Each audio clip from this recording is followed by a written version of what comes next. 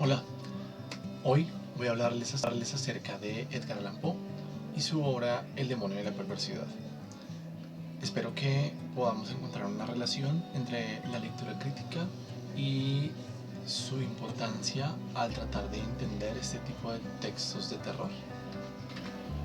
Nuestro autor, Edgar Allan Poe, fue un escritor de misterio, de cuentos cortos, pionero en este género, norteamericano de principios de 1800. Él fue un explorador profundo de la psiquis humana y así lo plasmó en su obra. A pesar de que tuvo una vida muy inestable y angustiosa, tuvo problemas con el alcohol, muchos problemas económicos, perdió a sus padres cuando era un niño. Aún así fue un escritor bastante prolijo y de él tenemos algunos de los cuentos más famosos de este género, como es El Cuervo, Los Crímenes de la Calle, tenemos El Corazón delator y el cuento que vamos a realizar, que es El demonio de la perversidad. Este cuento, como lo dije, es un cuento corto, pero nos sumerge profundamente en la psiquis humana.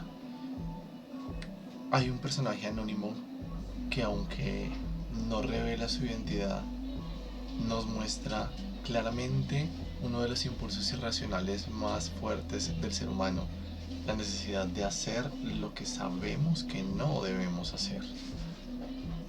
En este cuento, el personaje principal confiesa haber cometido un asesinato de manera meticulosa y aún así salir impune. Sin embargo, después del tiempo, esa seguridad del crimen perfecto se convierte en una obsesión para él, una obsesión que lo atormenta día y noche, finalmente llevándolo a confesar su crimen y condenarse a sí mismo. El narrador, quien es el mismo personaje principal, denomina este fenómeno como el demonio de la perversidad. Lo más fascinante de esta historia es poder ver cómo Edgar explora esos rincones tan oscuros de la mente humana. Él nos muestra magistralmente que no siempre actuamos con lógica, sino que incluso a veces actuamos en contra de nuestro propio beneficio. Él dice que hay fuerzas internas que nos llevan a la autodestrucción, como le pasó a él en su propia vida. El personaje de esta historia encarna esta lucha interna y su caída es el resultado de su propia psiquis que lo atormenta.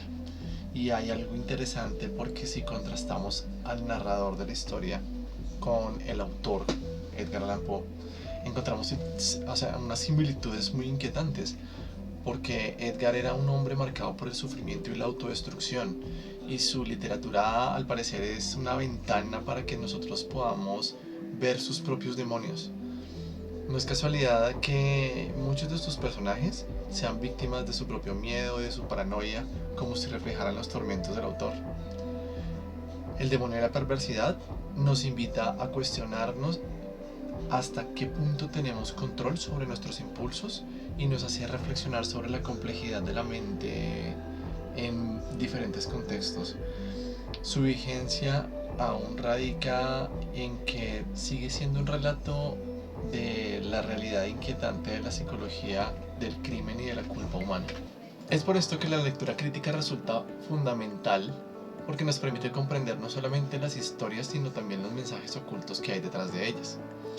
Nos ayuda a analizar la psicología de los personajes, la visión que tiene el autor, los incluso temas que trascienden del papel a la vida cotidiana, porque en el caso de Edgar Allan Poe nos enfrentamos a preguntas muy profundas sobre la irracionalidad humana, por ejemplo la culpa, el miedo, y esto enriquece nuestra percepción del mundo, la percepción de nosotros mismos y de los demás.